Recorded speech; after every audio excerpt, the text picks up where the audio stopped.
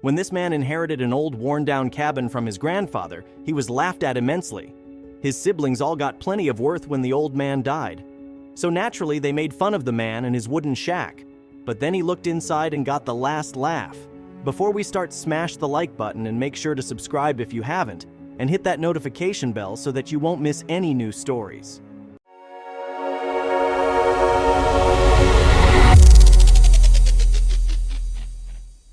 The moment Andrew's grandfather passed away marked a sad turning point in his life. He had always been very close with the old man and mourned his passing deeply. His relatives, on the other hand, never paid much attention to the man and only seemed interested in their inheritance afterwards. Because of this, Andrew was not surprised to see his entire family already sitting in the notary's office when he got there himself. Andrew's grandfather was a very rich man, and his father, mother, brother, and sister were all too eager to get what was owed to them. But they wouldn't get the last laugh. The old man had left all of them a long list of assets. And it was Andrew's family who heard their inheritance first. His father and mother both received $500,000. His brother got the vacation home that was worth about the same. And his sister got $100,000 and both family cars. And now it was Andrew's turn. What would his grandfather gift him after his demise? The notary looked at the humble young man with a serious face and said that the old man had something special planned for him. Once the envelope was opened, all people who attended leaned in, expecting a large sum of money. But what Andrew got was something totally unexpected. "In this envelope, I leave you the old fishing cabin and the deeds to the small lake area surrounding it," the notary read out loud. Mocking laughter filled the room after that. The old fishing cabin was hardly worth anything. "You've got robbed, little brother," his sister said, grinning. Andrew wanted to argue with his smirky sister, but in his heart he knew she was right. He walked to his car in disappointment. It was not like he wanted tons of money. But to get such a measly gift, compared to his siblings who never showed any interest in his grandfather, felt a bit like a stab in the back. Arriving at the property, he saw the scene he was expecting, a dilapidated building with broken windows. Walking around in the place opened up his mind for questioning. He questioned why his grandfather would offer him this. The wooden building itself was worthless, but maybe he could do something with the ground the cabin stood on. Andrew refused to believe that his grandfather left him this place for no reason. Demolishing it would be a stain on his legacy. "There must be something special about this cabin that I'm not seeing," Andrew said out loud. The curious man walked back inside after that. That's when he noticed something strange. Shortly after re-entering the cabin, Andrew made an amazing discovery inside. He finally understood now. Andrew was over the moon with his unique inheritance, and the next day, his relatives would find out why. Andrew was extremely happy now. His brother and sister didn't understand what was going on, and even his parents, who refused to take part in this mockery, looked at their son with wondering eyes. "What is it you saw at that cabin, Andrew? Tell us," they demanded. But Andrew just smiled again and refused their request. After his denial, the family started doing what they did best, pushing his buttons until he eventually would give in. Every chance they got, they would bring up the cabin. Eventually, Andrew said that they didn't deserve to know the cabin's secret. Andrew saw his brother and sister looking at him with desperate eyes, begging him to show them what he found.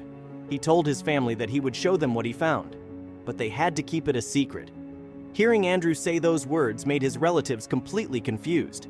Andrew told his family that if they wanted, they could leave right now. The cabin was only about an hour's drive from here, and there were plenty of hours left in the day. "It's time to go," Andrew said, smiling. His relatives were still a bit hesitant about the whole situation. "All right, we'll meet you outside in about 5 minutes," his sister eventually said, frowning. After 5 minutes, Andrew waited by his dirty dune buggy for his family to join him. They all arrived at the lake cabin together. Andrew parked his car closest, and his siblings parked their revoltingly expensive cars close behind him. But when they looked at the cabin, they said what Andrew had expected. "Is this it?" Looking at their disappointed faces was just an appetizer for Andrew's payback. The main course was waiting for them inside. "Don't worry, you will see soon enough," Andrew proclaimed. His sister cracked first, closely followed by his brother and parent. "Come on, man. This is not why we came here. What is the big secret?" Andrew could hardly hold in his laughter. Andrew opened the door slowly, revealing the inside of the wooden cabin.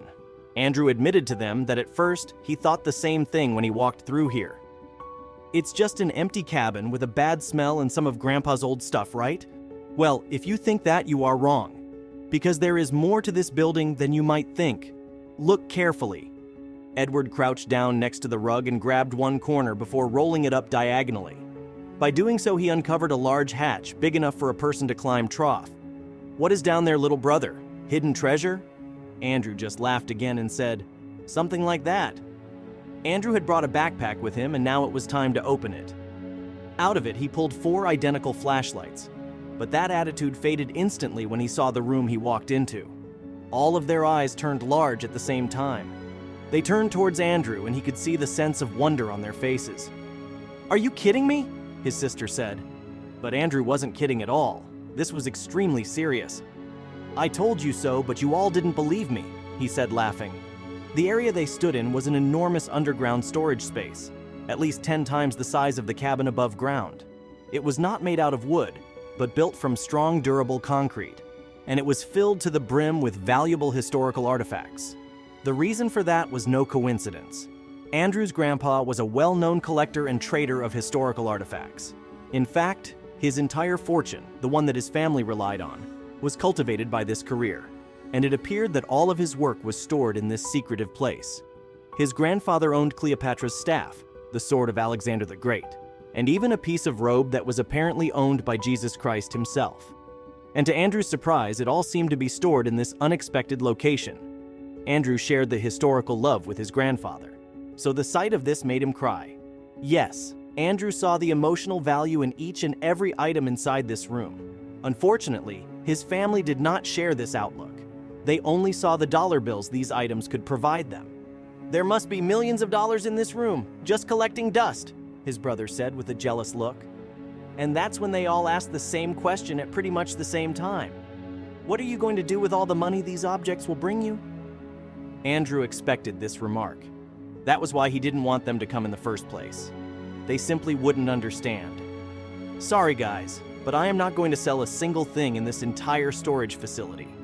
His family looked at him like they had seen a ghost. They were like vultures hovering over the objects for their value. But not a single cent would go their way, because Andrew had a different plan for this place.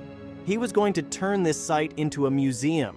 All of his grandpa's most prized possessions were in this place, and they would stay that way. Within half a year, Andrew had built a small but breathtaking museum next to the cabin. The cabin he kept as it was, ugly, rotten, and smelling like wet clothes and fish. It was the way his grandfather liked it. The museum wasn't visited by tons of people. That was not what his grandfather wanted. The raw nature of this place did not need to be disturbed that much. No, Andrew only let a handful of enthusiasts visit the site on an appointment base only. That way they could appreciate his grandfather's work in all its glory. And Andrew just sat on his simple folding chair in front of the wooden cabin he loved so much because it belonged to his grandpa.